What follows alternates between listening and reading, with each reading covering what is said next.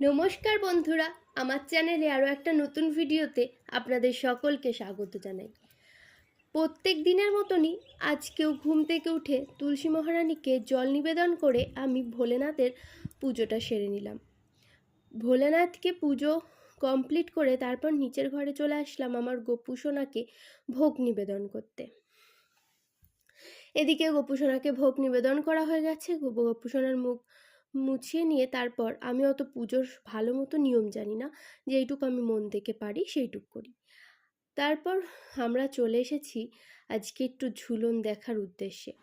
ঝুলন যেহেতু ব্রিজের ওপর দিয়েই যেতে হয়, সেই জন্য একটু নদীটা দেখছি।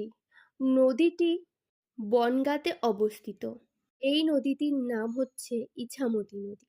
এই নদীর বর্ষাকালেও এত জল থাকে না, কিন্তু এইবার চারিদিকে বৃষ্টিতে জল যেহেতু ছাড়ছে, সেই জন্যে জল এবার ফুলে ফেঁপে উঠেছে আর রেড অ্যালার্ট জারি করা হয়েছে।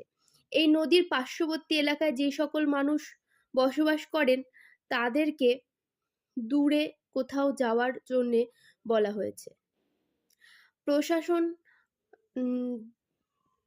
প্রশাসনের দিক থেকে বোট, এই সমস্ত যা কিছু দরকার সেই সমস্ত সব রেডি রেখেছেন। এই দিকে এত দূর জল আসে না, এত দূরে জল চলে এসেছে।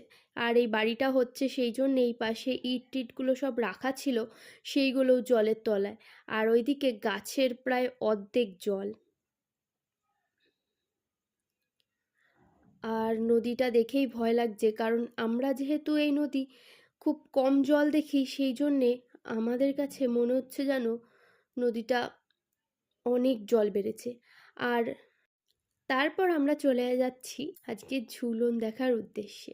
প্রথমেই ভগবানকে দর্শন করে তারপর আমরা মেলা ঘুরব।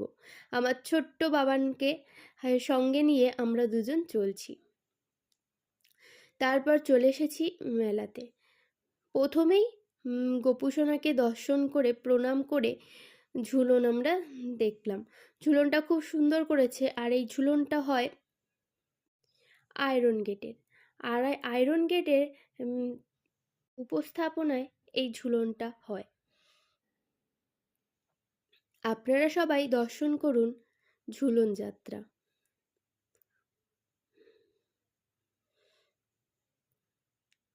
তারপর আমরা একটু মেলা ঘুরে তারপর বাড়ি যাব। আর এইদিকে মাটির পুতুল এখন প্রায় দেখাই যায় না, বিলুপ্ত প্রায়। তাও মাটির পুতুল নিয়ে একজন বসে আছেন। আর এইদিকে এখনও জমজমাট হয়নি মেলা, যেহেতু সন্ধে সন্ধে হচ্ছে তাই সবাই ধূপধুনো দিয়ে